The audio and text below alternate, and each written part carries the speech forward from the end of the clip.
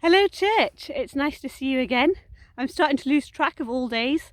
I was talking to my housemate earlier and I was asking when the restaurant shut, and it felt like it was at least 3 weeks ago, but I was informed it was only last week.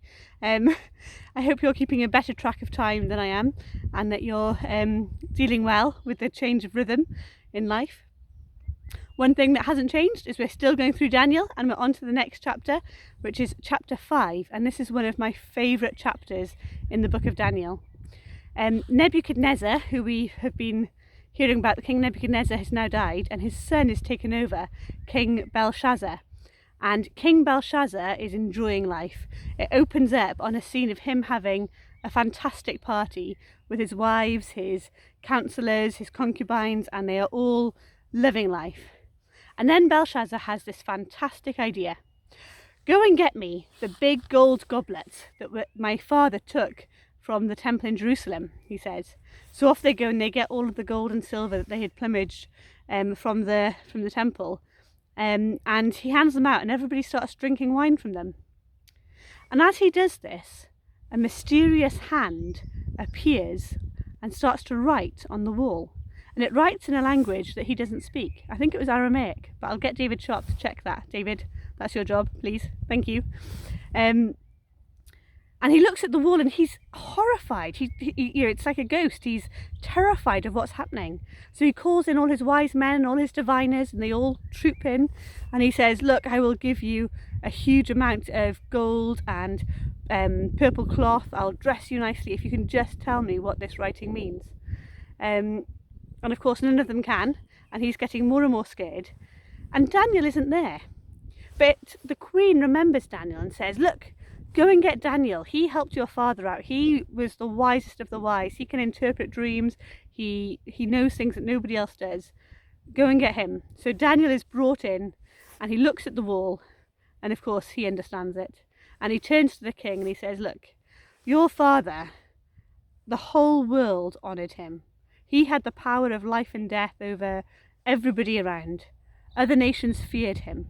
He could lift up anybody who wanted to and humble whoever he wanted to, and he glorified himself, and God cut him right down. And you've forgotten that lesson. You've heard it and you've forgotten it. So this is what the words on the wall say. Mene, mene, tekel parsin. Mene, the days of your reign have been counted and you've come to an end. Tekel, you have been weighed in the scales and you've been found wanting.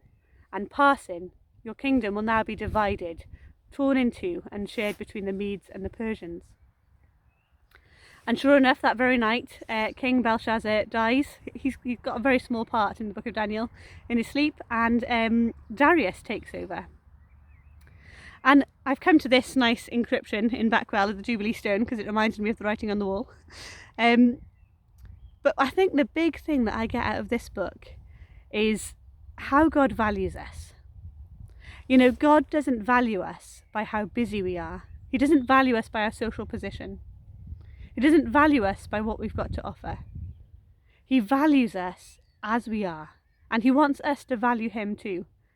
I think I've probably not said that very clearly, but I'm sure you've followed anyway. You know, Daniel wasn't part of that key inner group at that point, and I don't know why. He wasn't there amongst the king's own special diviners and wise men. But God valued him. God still spoke to him, because Daniel gave all the glory back to God. We're in a bit of a strange time, and you might be feeling lacking in value.